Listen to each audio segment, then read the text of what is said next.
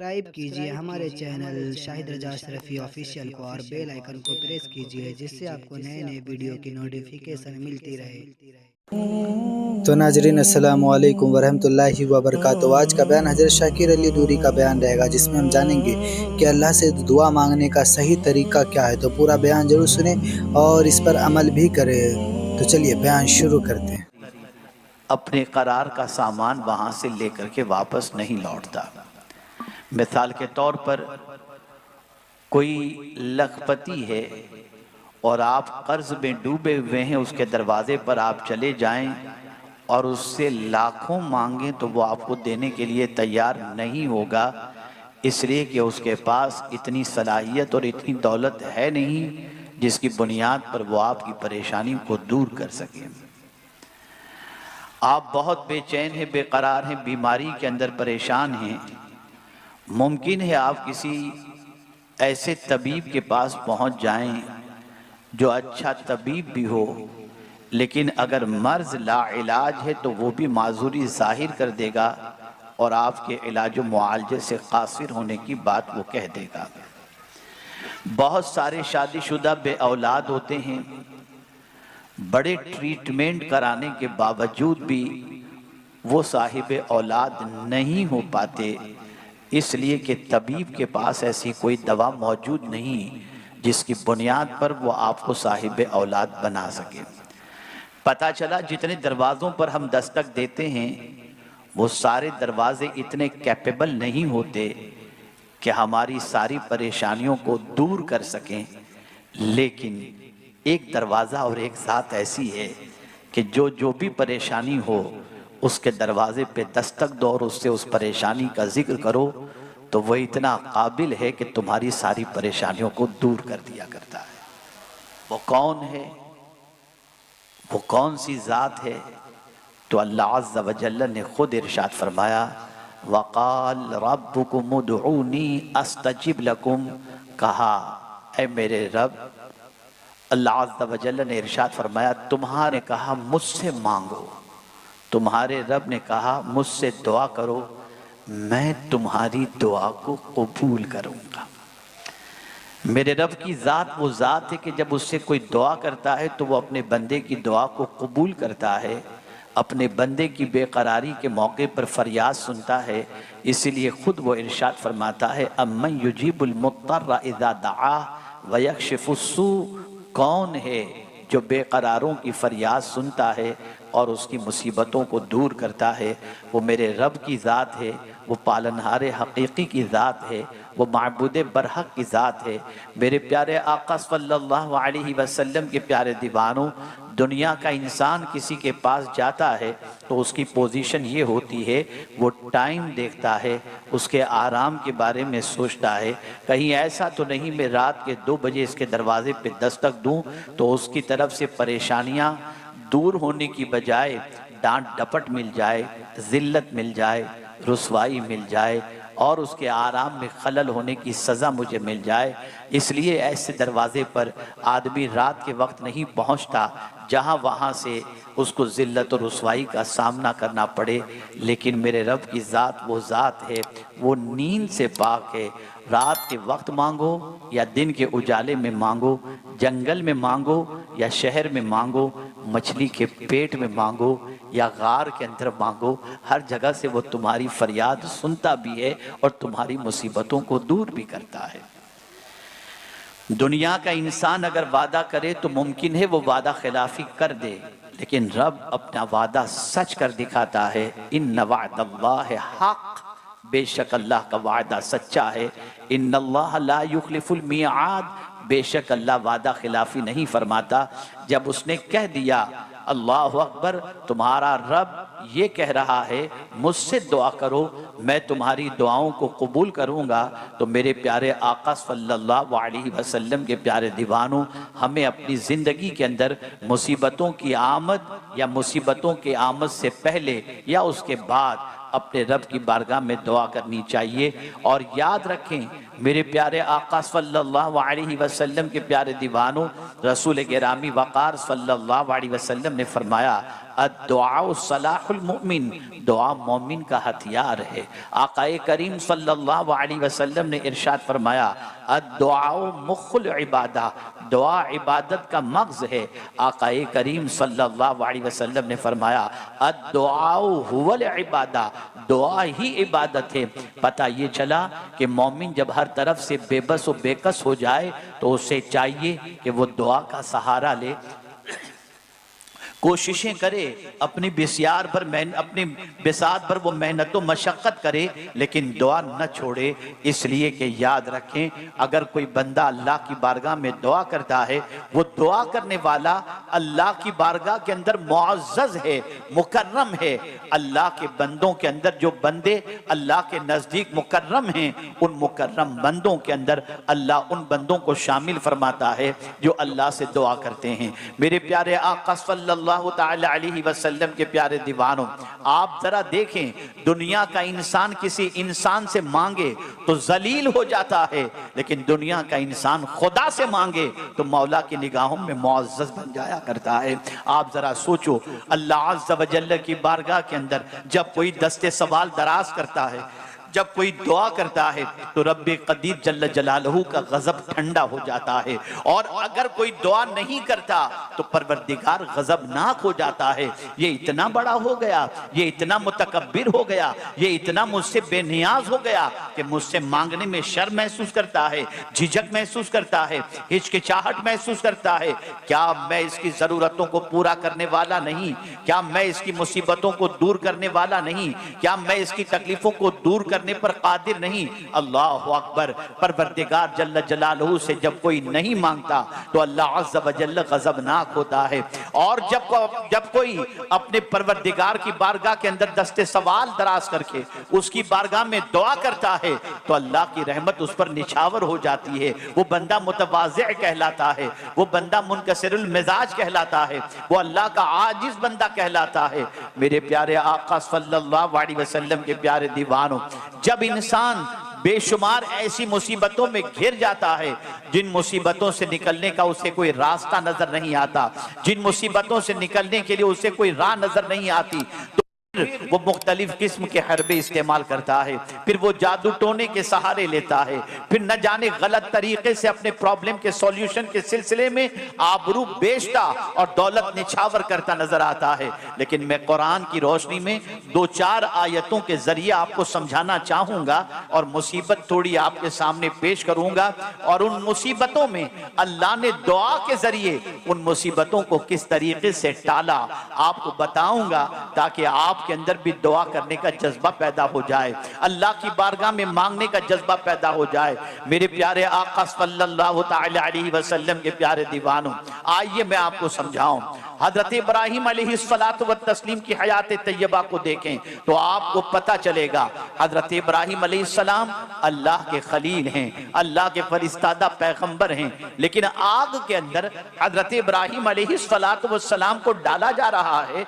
अल्लाह अकबर। आप जरा सोचें, कसूर क्या था? कसूर सिर्फ इतना था कि आप अल्लाह की तरफ बुलाते थे, माबूदाने बातिल की परस्ती से रोकते थे, एक अल्लाह की बारगाह में जबीन झुकाने की दावत देते थे, सच्चाई की तरफ दावत दे रहे थे, खुद भी सच्चे थे और सच्चाई की तरफ दावत देते थे। नतीजतन हजरत इब्राहिम अलैहिस्सलातु वस्सलाम को आग में डालने का दुश्मनों ने प्लान बनाया, और हजरत आदम हजरत इब्राहिम अलैहिस्सलातु वस्सलाम जब आग में डाले गए तो हजरत इब्राहिम अलैहिस्सलातु वस्सलाम के लिए अल्लाह ने उस आग को गुलजार कर दिया। फिर उसके बाद हजरत इब्राहिम अलैहिस्सलातु वस्सलाम वहां से निकल जाते हैं, वो शहर छोड़ देते हैं और महसूस करते हैं कि यहाँ दीन का काम डिफिकल्ट है, यहाँ तौहीद की तरफ बुलाना मुश्किल है, यहाँ पर अल्लाह की तरफ दावत देने में कई मुसीबतों का सामना होगा।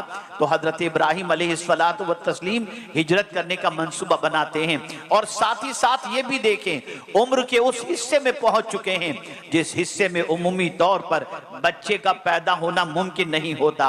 उस उम्र के अंदर साहिब औलाद होना बज़ाहिर मुमकिन नहीं होता, लेकिन अल्लाह अकबर, हजरत इब्राहिम अलैहिस्सलाम को फिक्र थी मेरा मिशन, मेरी दावत ये कंटिन्यूस जारी रहे और लोगों तक अल्लाह की दावत पहुंचती रहे, लोग अल्लाह की बारगाह में जबीन नियाज झुकाते रहें। इसके लिए हजरत इब्राहिम अलैहिस्सलातु वस्सलाम को एक ऐसे साथी की जरूरत थी, एक ऐसे शख्स की जरूरत थी जो हजरत इब्राहिम अलैहिस्सलाम का साथ दे सके, हजरत इब्राहिम अलैहिस्सलातु वस्सलाम का मुनीसो गम, हजरत इब्राहिम अलैहिस्सलाम का साथ दे सके और दिल का करार हो। ऐसी पोजीशन में जबकि 99 साल की हजरत इब्राहिम अलैहिस्सलातु वस्सलाम की उम्र हो चुकी थी, उस उम्र में हजरत इब्राहिम अलैहिस्सलातु वस्सलाम ने अल्लाह की बारगाह में दुआ की, रब्ब हबली मिनस सालिहीन, ए अल्लाह मुझे एक नेक बेटा अता फरमा।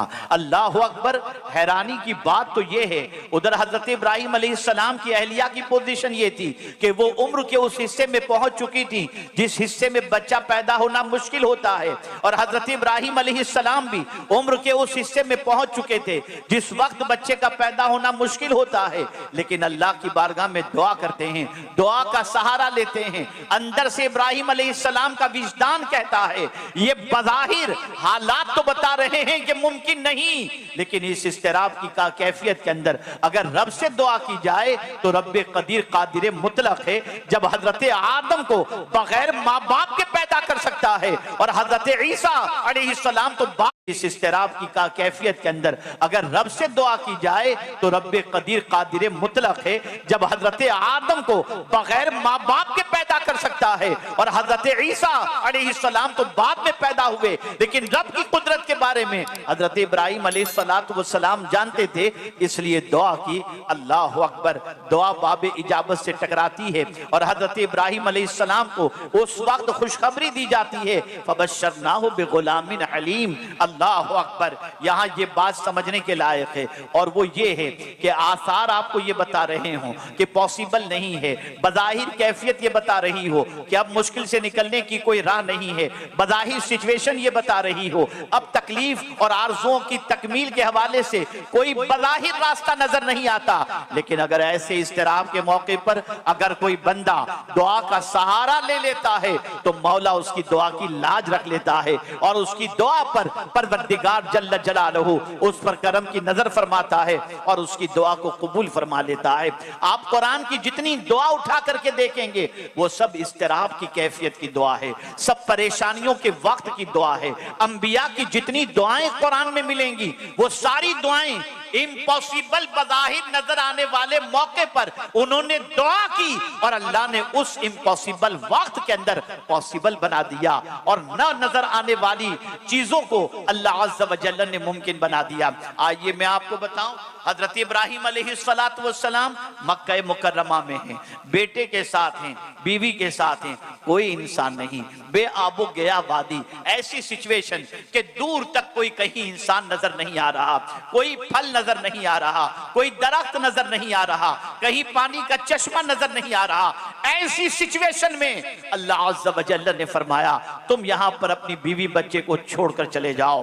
अल्लाह अकबर, हजरत इब्राहिम अलैहिस्सलातु वस्सलाम उस बेआबो गया वादी के अंदर अपने बीवी बच्चे को छोड़ने के लिए तैयार हो जाते हैं। अल्लाह के हुक्म पर अमल करते हुए बेआबो गया वादी में अपने बच्चे को छोड़कर और बीवी को छोड़कर जाते वक्त अल्लाह की बारगाह में दुआ करते हैं, रब्बना इन्नी अस्कन्तु मिन ज़ुर्रिय्यती बिवादिन गैरि ज़ी ज़रइन इंद बैतिकल मुहर्रम रब्बना लियुक़ीमुस्सलाह फजअल अफ़िदतम मिनन नास तहवी इलैहिम वर्ज़ुक़हुम औ कमा क़ाल। हजरत इब्राहिम अलैहिस्सलातु वस्सलाम ने वहां पर दुआ की, फलों की दुआ की, रिज्क की दुआ की और अल्लाह की बारगाह में अर्ज किया मैं तेरे घर के सामने मेरे बीवी बच्चे को इस बेआबो गया वादी में छोड़ करके जा रहा हूं।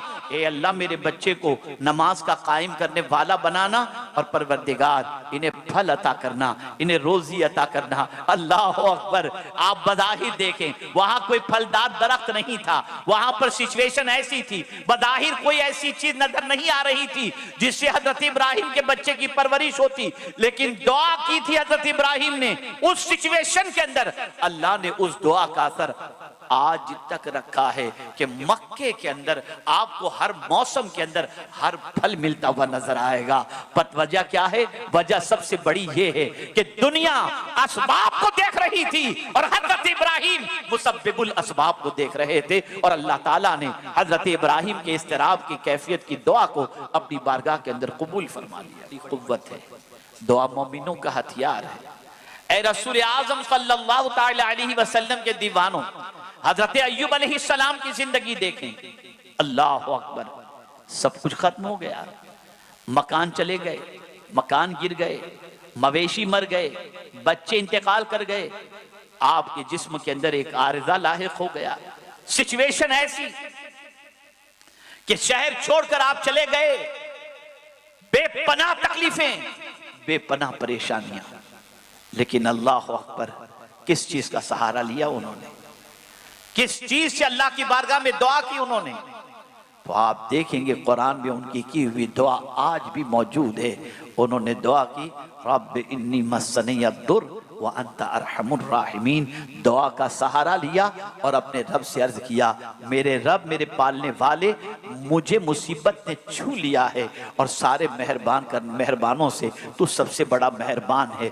अल्लाह को जब इस तरीके से उन्होंने पुकारा, मेरे करीम ने उनकी पुकार को कबूल फरमा लिया और फौरन इरशाद फरमाया, और कुछ बिरिजलिका हादा मुख्तसिलुम बारिदुम व शराब, ऐ अय्यूब अपने पैर से ठोकर मारो और जो पानी का चश्मा निकले उसे पियो और उससे गुस्ल कर लो, तुम्हें शिफा नसीब हो जाएगी। हजरत अय्यूब अलैहिस्सलाम ने ठोकर मारी, पानी का चश्मा निकला, पिए, गुस्ल किया, अल्लाह ताला ने आपको फिर से तवानाई भी अता फरमा दी और जवानी भी आपको अता फरमा दी।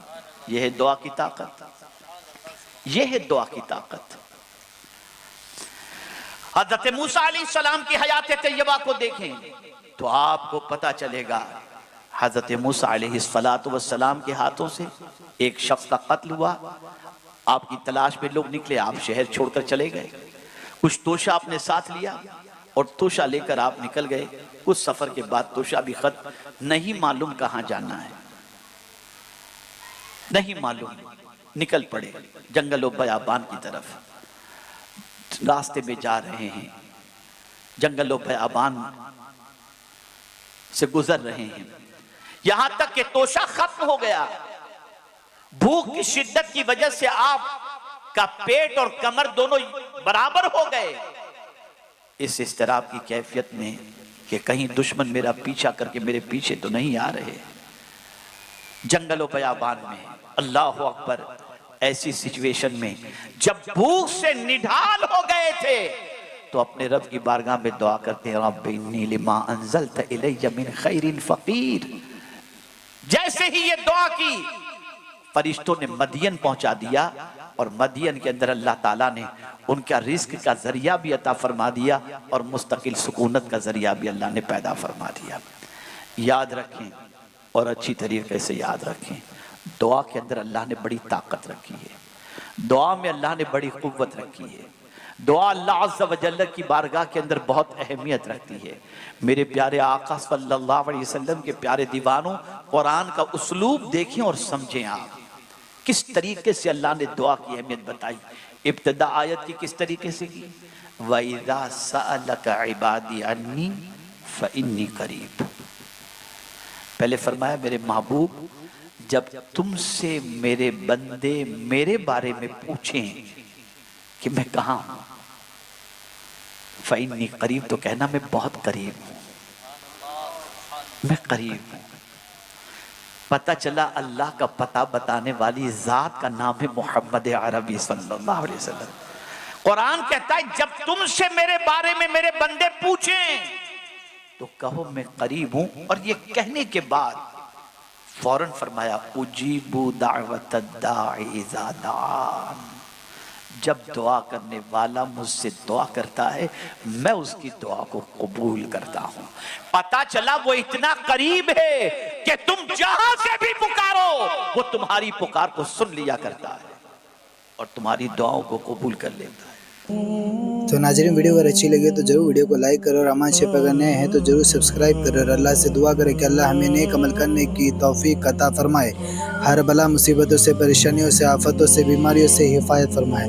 तो चलिए नाजरीन, मिलते हैं अगली वीडियो में, तब तक के लिए अस्सलामु अलैकुम वरहमतुल्लाहि वबरकातुहू। वीडियो अच्छी लगे तो हमारे वीडियो को लाइक करें और हमारे चैनल को सब्सक्राइब करें। शुक्रिया।